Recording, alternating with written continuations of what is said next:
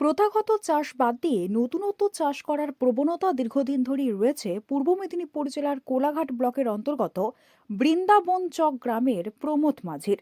সেই 2013 সাল থেকে প্রমথ বাবু সবুজ ফুলকপি অর্থাৎ ব্রোকলি চাষ করে আসছেন। কখনো তিনি ক্যাপসিকাম, কখনো বা বিভিন্ন রকম বিদেশি সবজি চাষ করে আসছিলেন। তবে গত কয়েক বছর থেকে পরীক্ষামূলকভাবে রঙিন ফুলকপি চাষ করছিলেন। এবছর প্রায় 2000 রঙিন ফুলকপি চাষ করেছেন। এর পাশাপাশি তিনি ব্রোকলিও চাষ করেছেন।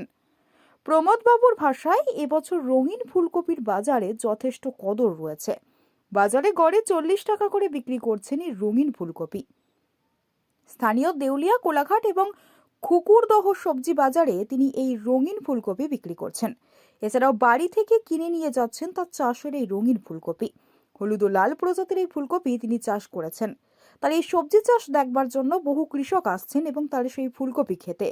তিনি জানিয়েছেন পর্যায়ক্রমে তিনি এই চাষ করছেন, ফলে দীর্ঘদিন ধরে বাজারজাতের রঙিন ফুলকপি বাজারজাত করতে পারেন সেই লক্ষ্যকে সামনে রেখেই তিনি এই চাষ করছেন।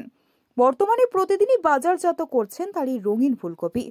সাধারণ ফুলকপি থেকে এই ফুলকপি যথেষ্টই বাজারে দাম রয়েছে, এমনটাই জানিয়েছেন কৃষক বন্ধু প্রমথ মাঝি।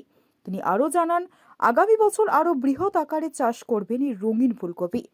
প্রতি ডেসিমেলে 150-এর মতো চারা লাগে এবং লাগানোর 70 থেকে 75 দিনের মাথায় ফলন পেতে শুরু করে কৃষক। সব মিলিয়ে সাধারণ ফুলকপির থেকে বেশি লাভদায়ক এই রঙিন ফুলকপি, এমনটাই দাবি কৃষক বন্ধু প্রমথ বাবুর।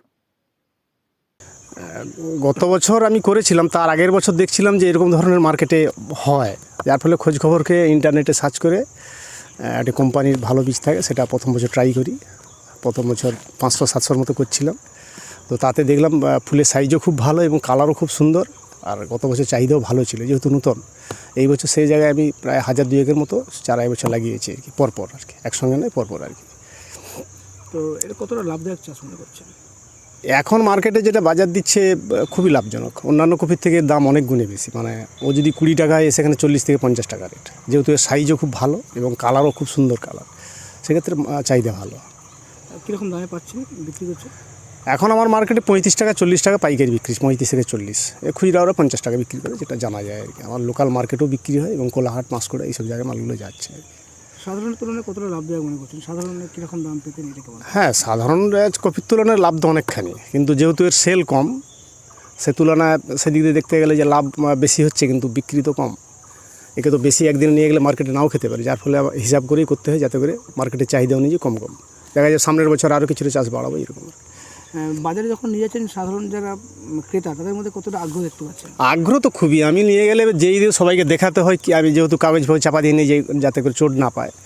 অনেক চাষি এবং অনেকে সবাই দেখতে চায় কী জিনিস এটা কি হয়, এটা কি রং করে, এরকম ধরনের প্রশ্ন অনেকে করে। দেখার পর তখন হ্যাঁ এটা হয়। তো আপনার এই যে ক্ষেত দেখার জন্য কি অন্যান্য চাষিরা আসেন? অনেকেই আসে, অনেকে এসে বাড়ি থেকে নিয়েও যায়, যেহেতু আকর্ষণীয় জিনিস, নতুন ধরনের কালার, অনেকে নিয়ে যায়, অনেকে চাহিদাও করে। সব মিলে কি আগামী বছর আরও বাড়াবেন এই পরিকল্পনা? হ্যাঁ, নিশ্চয়ই। তো কত বছর করছেন এটা?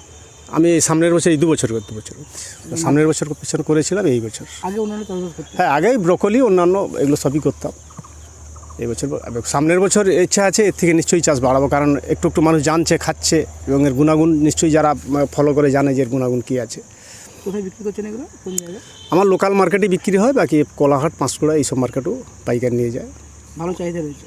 হ্যাঁ, যেহেতু কী আছে আমার আছে ব্রোকলি আছে, সাদা ফুলকপি আছে এবং এই 2টো কালার ফুলকপি আছে, আর একটা মাল্টি কালার এবছর এসছে, সেটাও হচ্ছে মোটামুটি 5টা। 5টা কালার। কী বলছেন? কত বিঘা আছে আমার চাষ এখন বিঘা এখনো টোটাল, মানে অন্যান্য চাষ